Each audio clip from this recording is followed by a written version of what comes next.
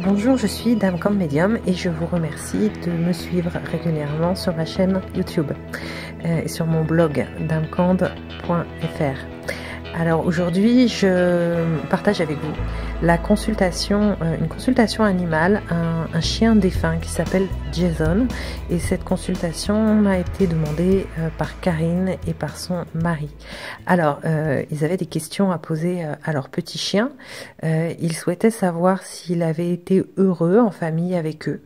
Karine m'a également demandé de poser la question, savoir si elle avait été à la hauteur lors du décès de Jason et s'il était bien présent là où il se trouve. Alors, j'ai établi évidemment un contact avec Jason et je vais à présent vous en parler. Avant ça, quand même, je souhaite rappeler que je fais ces audios pour partager mon travail. C'est pour cela que vous ne voyez pas de vidéo de moi. Le but étant vraiment le partage de ce que je fais et non pas de communiquer sur mon image. Voilà, alors nous allons pouvoir commencer avec tout de suite la communication.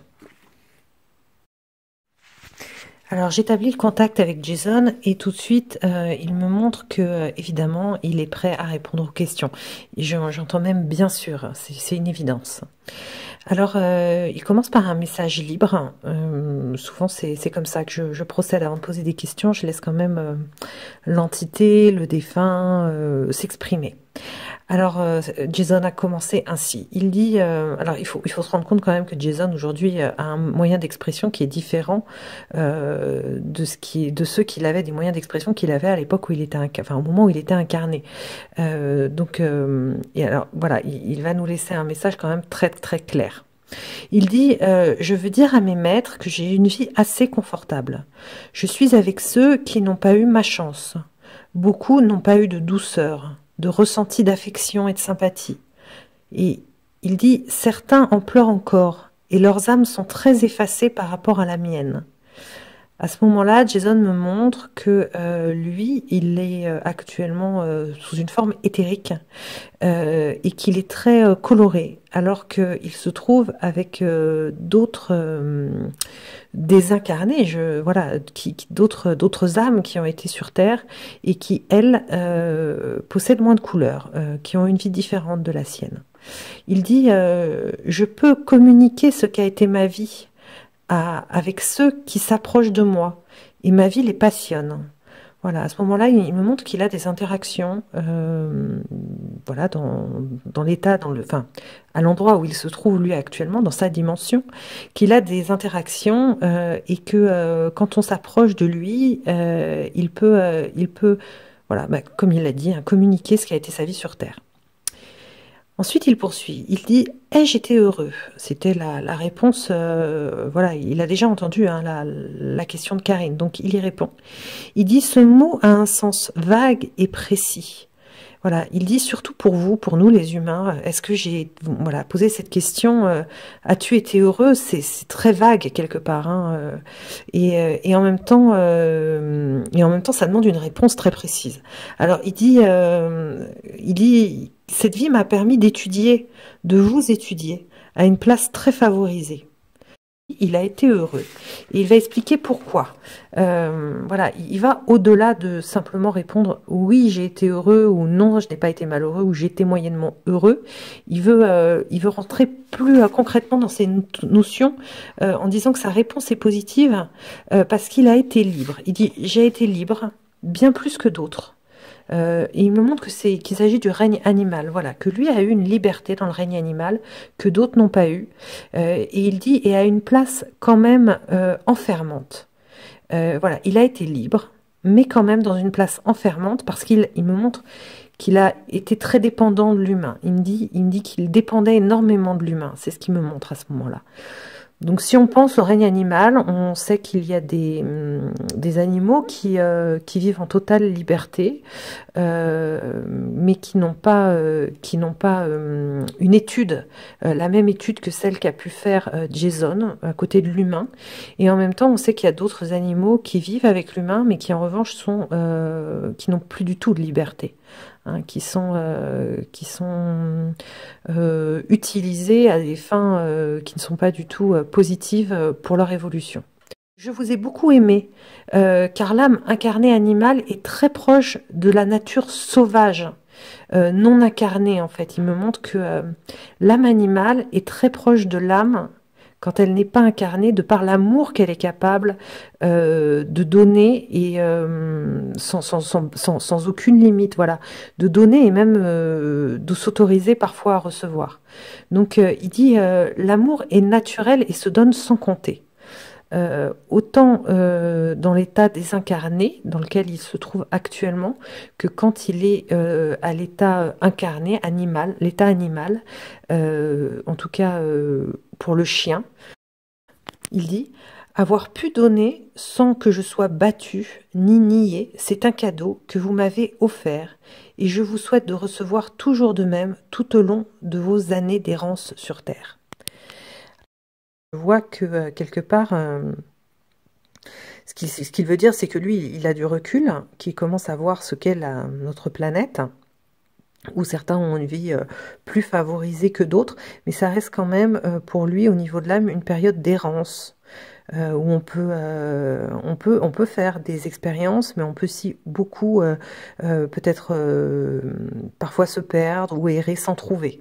Voilà, donc il semble leur dire finalement qu'il leur souhaite du courage et le meilleur possible à ces maîtres, voilà, lors de leur incarnation.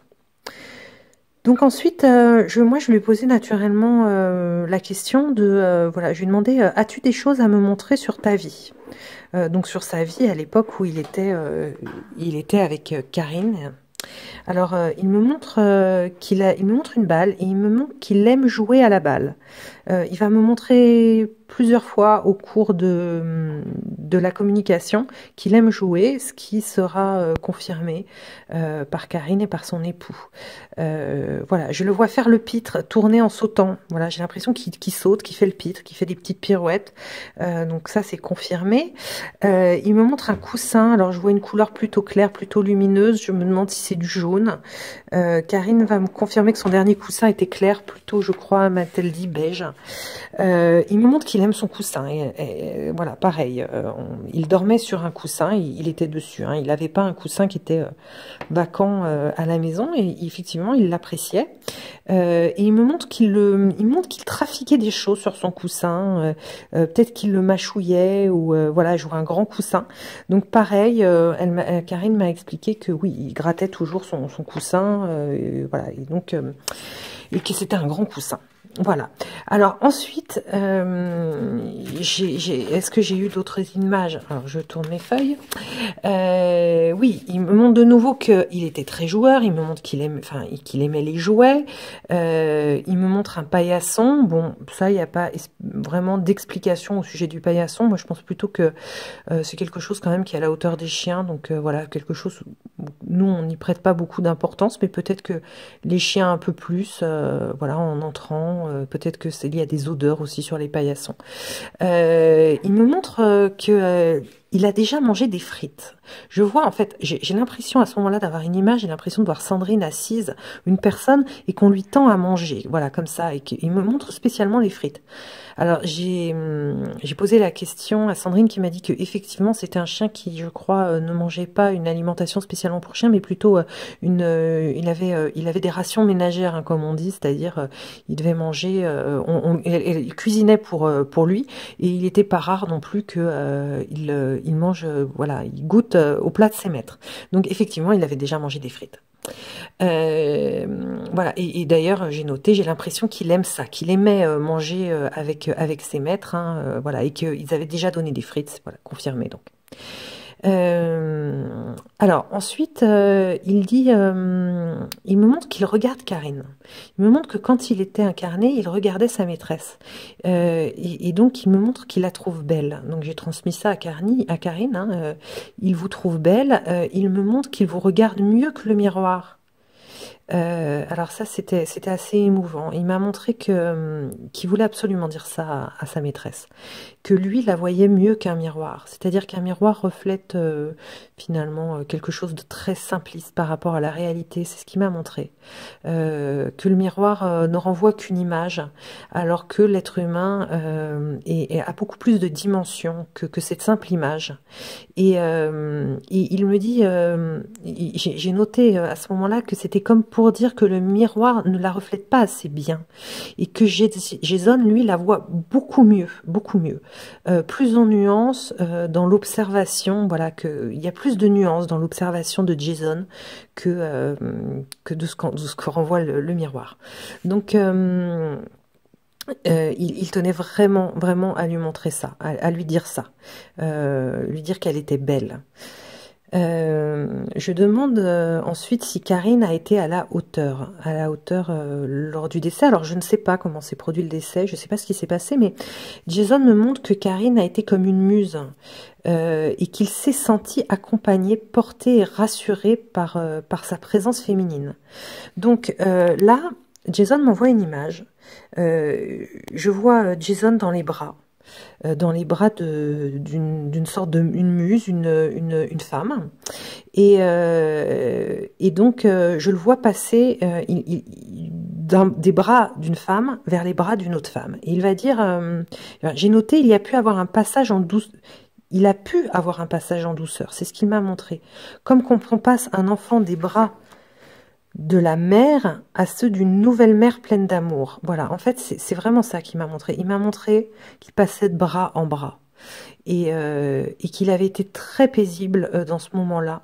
Il dit qu'il remercie Karine, car ça ne pouvait pas être mieux pour se sentir bien et accompagné. Et donc Karine m'a confirmé qu'il était donc que Jason était parti dans l'autre dimension, alors qu'il était dans ses bras, vraiment. Donc il m'a montré ça, là, une mère d'amour qui venait prendre soin de lui au moment où Karine passait le bébé, en fait. Voilà. Donc après, je lui ai posé une autre question, donc savoir s'il était bien là où il est. Et Jason dit, il dit oui. Oui, je suis tout autre. Il explique qu'il est bien, ça c'est sûr, et il dit qu'il est en revanche très différent. Il dit je suis différent, et il me montre que on pourrait pas, enfin ses maîtres ne pourraient pas le reconnaître. Il dit je ne suis pas ce que vous aimeriez voir, mais je suis heureux, tellement heureux de retrouver ceux qui sont sans question et accomplis. Voilà. Donc là, je vois qu'il n'a plus du tout cette forme animale, et il est auprès de ceux qui n'ont plus de questions, enfin finalement, on est dans une vie, il est dans une vie complètement différente de la vie terrestre, et il est auprès de personnages qui sont accomplis, donc qui ont probablement dépassé ce que nous, enfin voilà, nos sujets, nous, d'évolution. Donc il dit, vous viendrez, car c'est votre maison aussi. Notre vie était douce, c'est beaucoup plus doux encore de l'autre côté. Il me montre que son passage était court sur la terre et qu'il va se réincarner ailleurs. Donc il me montre aussi qu'actuellement il profite d'être un être énergétique et non physique, parce que ça ne va pas durer. Il dit, je vais encore vivre des expériences de vie physique sans donner de détails.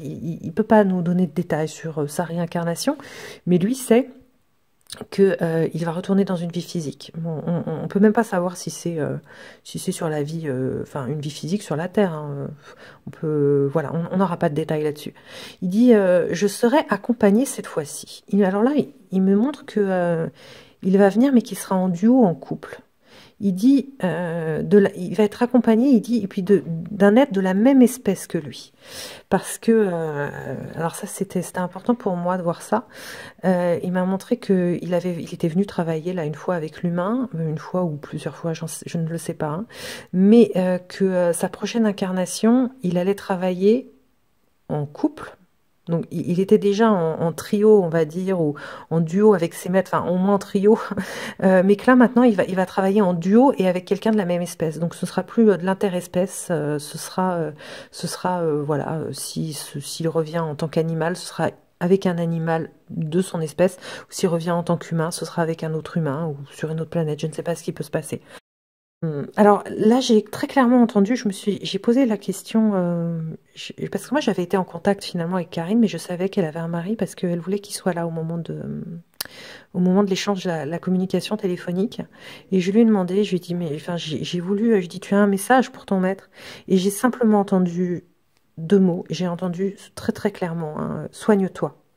Alors, j'ai posé la question à Karine, ça lui a parlé. Enfin, Karine et voilà, ils étaient en cours justement pour le maître de Jason en cours pour voilà pour essayer de voir s'il y avait un petit problème de santé ou pas. Ensuite, je l'ai vu, alors d'une façon très symbolique, Jason repartir de façon très gaie, avec des petites ailes dans le dos, même s'il m'a bien montré qu'il n'était plus ça aujourd'hui. Voilà, donc c'est pour ça que j'insiste sous forme très symbolique. Il a voulu montrer à ses maîtres qu'il était heureux. J'ai vu un petit chien partir, pas avec des grandes ailes immenses d'ange, mais avec des petites ailes dans le dos et partir tout gai. Donc ça, voilà, c'était un symbole pour montrer que voilà, il était un petit ange heureux aujourd'hui et qu'il n'y avait aucun souci à se faire pour lui. Voilà, donc c'était un exemple de communication animale qui a été pour nous intéressant. Avec Karine et son mari, un moment d'émotion. Je les remercie également d'avoir bien voulu partager ce message et je vous dis à bientôt pour d'autres communications.